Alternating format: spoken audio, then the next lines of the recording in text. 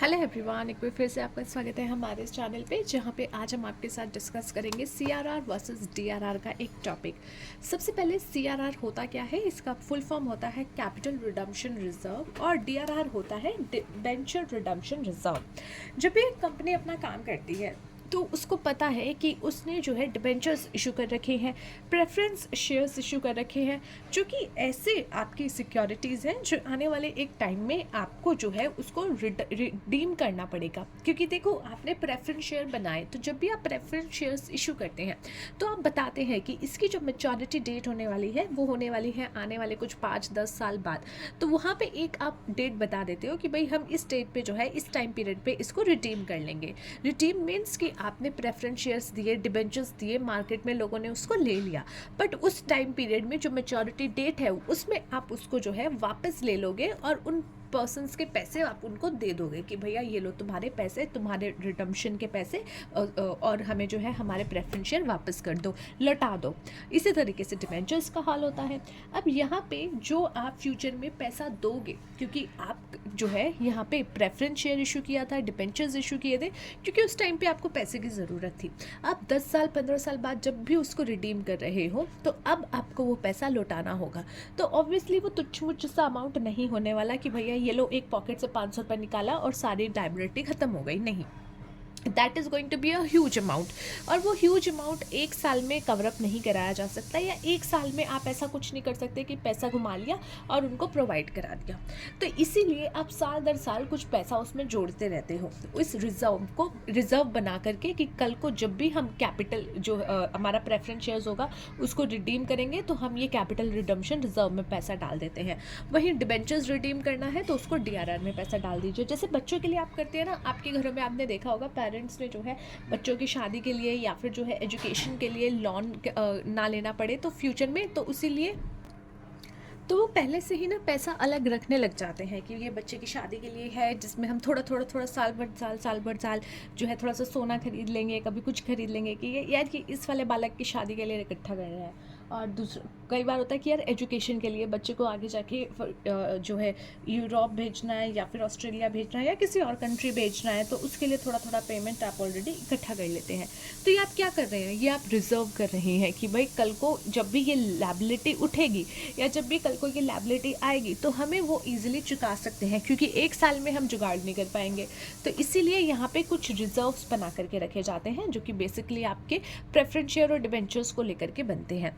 यहाँ पे सीआरआर का अगर हम पर्पस की बात करें तो ये क्रिएट किया जाता है ताकि जो प्रेफरेंस शेयर्स आपने इशू किए हुए हैं उसको आप रिडीम कर सके, एंड यहाँ पे आप बाय बैक कर सके ऑफ इक्विटी शेयर का out of divisible profit as per section 80 and 77 are respective of the companies act. अब देखो यहाँ पे दो चीज़ निकल के आ गई। पहली तो आ गई कि भाई आपने प्रेफरेंस शेयर इशू किए थे, आपको वो रिडीम करने हैं, सिंपल एज इट इज। और दूसरा यहाँ पे क्या आ गया कि आपके जो इक्विटी शेयर्स थे, ठीक है, उसको आप बाय बैक कर रहे हो। जो आपके इक्विटी शेयर्स होते हैं उसको भी आप ओपन मार्केट्स में जो है लोगों से खरीद लेते हो कि अच्छा लाओ, अब हमारे पास बहुत पैसा है, हमारे पास बहुत सारे शेयर होल्डर्स हैं, हम चाहते हैं कुछ शेयर होल्डर्स कम हो जाए, तो हम इस प्राइस पे मार्केट से खरीदने के लिए रेडी हैं। If any one of you want to sell their equity shares, आ जाओ भैया हमें बेच दो। सो वो आपका होता है कि भैया इक्विटी शेयर्स आप बेच रहे हो आउट ऑफ डिविजिबल प्रॉफिट, ठीक है, आउट ऑफ डिविजिबल प्रॉफिट आप जो है वो इक्विटी शेयर्स ले रहे हो। और यहाँ पे दूसरा डीआरआर क्या होता है, डीआरआर होता है जो कि क्रिएट किया जाता है फॉर रिडीम्पशन ऑफ डिबेंचर्स, यानी डिबेंचर्स आपके जो रिडीम करने हैं उसके लिए। नेक्स्ट आपका आता है क्वांटम। सीआरआर क्या होता है, ये क्रिएट किया जाता है उस full amount of divisible profit utilise on redemption of preference share and buyback of equity share. वहीं डीआरआर में adequate amount of profit are transfer for creation of DRR, it should not be less than 25% of the amount of the debentures. देखो यहाँ पे CRR में क्या करते हो, आप क्रिएट करते हो इसको पूरा अमाउंट ऑफ डिविजिबल प्रॉफिट। जो आपका डिविजिबल प्रॉफिट होता है ना, जो आपने डिवाइड करने के लिए, बांटने के लिए रखा हुआ होता है, उसको आप यहाँ पे यूज़ कर लेते हो, यूटिलाइज कर लेते हो यहाँ पे कि भाई हम इसको रिडिम्पशन के लिए यूज़ कर रहे हैं, एंड बाय बैक करने के लिए यूज़ करते हो ऑफ इक्विटी शेयर। वहीं पर डीआरआर में आप क्या करते हो, जो आपका प्रॉफिट आता है उस प्रॉफिट में से आप एक एडिक्वेट अमाउंट, एक थोड़ा सा अमाउंट जो है ट्रांसफ़र कर लेते हो हो ताकि आप DRR क्रिएट कर सको। और यहाँ पे वो अमाउंट जो है वो आपके डिबेंचर के अमाउंट से 25% का कम नहीं होना चाहिए, ठीक है। तो should not be less than 25%, तो यहाँ पे 25% से कम का नहीं होना चाहिए। CRR का यूज़ होता है आपका कि भाई इसको जो है आप यूज़ कर सकते हो fully paid bonus share issue करने के लिए भी। यानी कल को आपको लगता है कि बहुत पैसा आ गया कंपनी के पास, तो आप इसमें जो है यहाँ पे बोनस शेयर इशू करना चाहते हो, तो वो बोनस शेयर इशू करने के लिए आप CRR का यूज़ कर सकते हो। So it can be use for issue off fully paid up share. वहीं DRR क्या है, जहाँ पे जो बैलेंस होता है DRR का, उसको आप जनरल रिजर्व में ट्रांसफ़र कर सकते हो, जो कि आप यूटिलाइज कर सकते हो फॉर डिफरेंट पर्पज़, ठीक है। DRR था, इकट्ठा हो गया, पर अभी समय नहीं आया है, तो आपको लग रहा है यार अभी से इतना पैसा पड़ा हुआ है, तो क्यों ना इसको कहीं और यूज़ कर लें। जैसे आपके पास जो है आपके घर वालों ने पैसा इकट्ठा किया है, तो वो कर करके सिर्फ सेविंग अकाउंट में नहीं रखते, वो उसको फिक्स्ड अकाउंट में डलवा देते हैं ताकि उससे कुछ इनकम भी आती रहे और पैसा भी सेफ रहे। उसी तरीके से DRR क्या करते हैं, उसको जनरल रिजर्व में ट्रांसफ़र कर लेते हैं कि भैया पैसा है बट अभी हमें यूज़ नहीं करना, अभी हम रिडीम नहीं कर रहे हैं, उसके लिए भी बहुत टाइम पड़ा है, तो आप उसको जनरल रिजर्व में ट्रांसफ़र कर लेते हैं एंड फॉर डिफरेंट पर्पज़ आप इस पैसे का यूज़ कर लेते हैं। विड्रॉल के लिए बात अगर की जाए तो CRR it can be use for issue off fully paid up bonus share. यहाँ पे आप जो है fully paid up bonus share के तौर पे इसको यूज़ कर सकते हैं। लेकिन यहाँ DRR की बात की जाए तो इसको जो है किसी अदर पर्पज़ के लिए यूज़ नहीं किया जा सकता। यहाँ पे मात्र इसको जो है या तो आप जनरल रिजर्व में ट्रांसफ़र करेंगे, बट उसके अलावा आप यहाँ पे कोई और काम के लिए इसको यूज़ नहीं कर सकते, निकाल नहीं सकते। ऐसा नहीं है पैसा डाला हुआ है तो निकाल के कहीं और अपना उड़ा लिया, नहीं।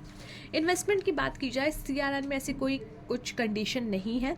वहीं DRR में क्या होता है कि 15% of DRR to be invested, कि भैया जो भी आपने DRR में पैसा डाला हुआ है ना, उसका 15% जो है वो आपका DRR का इन्वेस्ट होना चाहिए।